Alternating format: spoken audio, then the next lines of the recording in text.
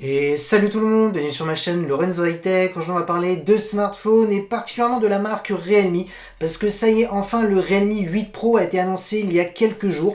C'est un smartphone qui coûte à partir de 300 €, donc intéressant pour un smartphone milieu de gamme. Mais avant de commencer la vidéo, si vous n'êtes toujours pas abonné à ma chaîne YouTube, abonnez-vous, elle est 100% High Tech.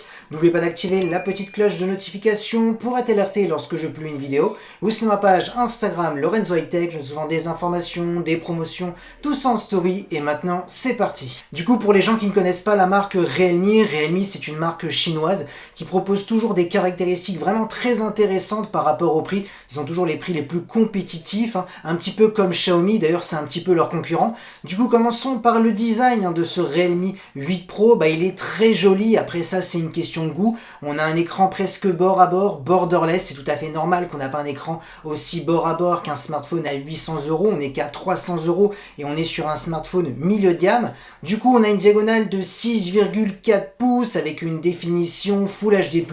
La technologie d'écran, on est quand même sur de l'AMOLED, donc c'est plutôt intéressant. Ensuite, on a un taux de rafraîchissement de 180 Hz, donc ça va être intéressant pour les défilements sur les pages web, surtout pour les jeux vidéo, donc quand même pour son tarif, c'est un bon point d'avoir du 180 Hz. Ensuite, la caméra selfie que vous voyez, on est sur du 16 millions de pixels. Et concernant la sécurité, on a un capteur d'empreinte qui est sous l'écran. Concernant le dos du smartphone, moi je le trouve plutôt joli. Après ça, c'est une question de goût. Bien entendu, on n'aura pas des matériaux premium pour un tarif à 300 €. Par contre, il a 4 capteurs. Est-ce que ces 4 capteurs sont intéressants? Je vous le dis tout de suite. Alors, le premier capteur principal, on est sur du 108 millions de pixels. Donc, c'est vraiment sur celui-ci qu'il faut vraiment s'arrêter quelques secondes parce que c'est intéressant d'avoir ce capteur de 100 millions de pixels parce qu'on aura énormément de détails. Intéressant si vous aimez bien rezoomer dans la photo, recadrer la photo parce que là on aura énormément de détails. Ensuite, le second capteur, c'est un ultra grand angle. Celui-ci aussi, il est plutôt intéressant. On est sur du 8 millions de pixels, c'est pour faire des photos à plan large.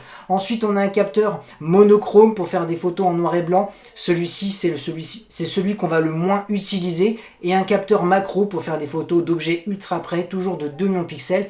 Celui aussi on va pas trop utiliser, donc il faut vraiment se concentrer sur le premier capteur principal de 100 millions de pixels, donc qui sera plutôt intéressant, et l'ultra grand angle de 8 millions de pixels, qui sera aussi intéressant. Et concernant la vidéo, on pourra quand même filmer jusqu'à de la 4K. Parlons maintenant de performance. Alors on aura 6 ou 8 Go de RAM, ça sera à vous de choisir.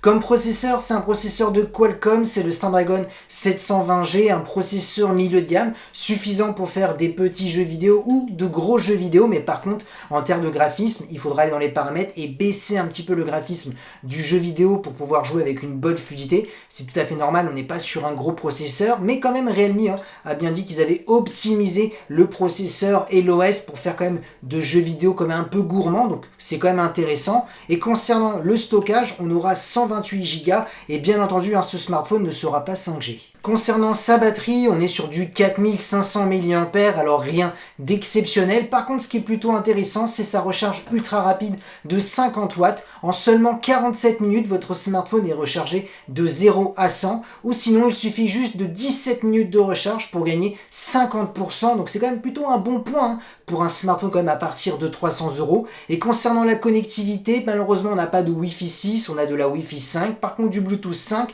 et une prise jack pour les amoureux des casque filaire. Du coup, ce smartphone, il est disponible à partir du 31 mars, à partir de 300 €. Vous pourrez le trouver sur le site internet de Realme ou sinon sur les boutiques Darty, Fnac, Boulanger. Alors, le petit bilan de ce smartphone, moi, ce que je retiens, c'est son design. Il est plutôt joli, que ce soit la face avant comme le dos du smartphone pour 300 €. Ensuite, son écran, on est quand même sur un écran AMOLED avec une bonne définition Full HD+.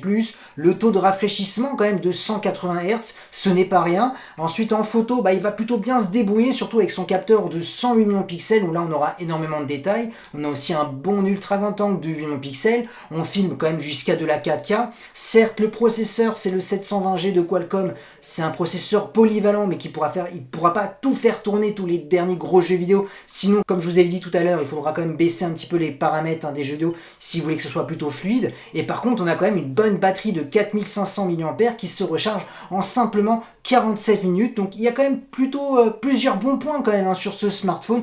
à partir de 300 €. Je trouve que c'est un pari plutôt intéressant et plutôt réussi de la part de Realme. Et voilà, la vidéo du Realme 8 Pro est terminée. C'était vraiment une petite vidéo pour vous donner mon avis sur ce smartphone. En tout cas, si la vidéo vous a plu, n'oubliez pas le petit pouce like, de vous abonner sur cette chaîne YouTube et d'activer la petite cloche de notification pour être alerté lorsque je publie une vidéo. Ou sur ma page Instagram Lorenzo High Tech, je donne souvent des informations, des promotions, tout ça en story. Et maintenant, je vous dis à très bientôt.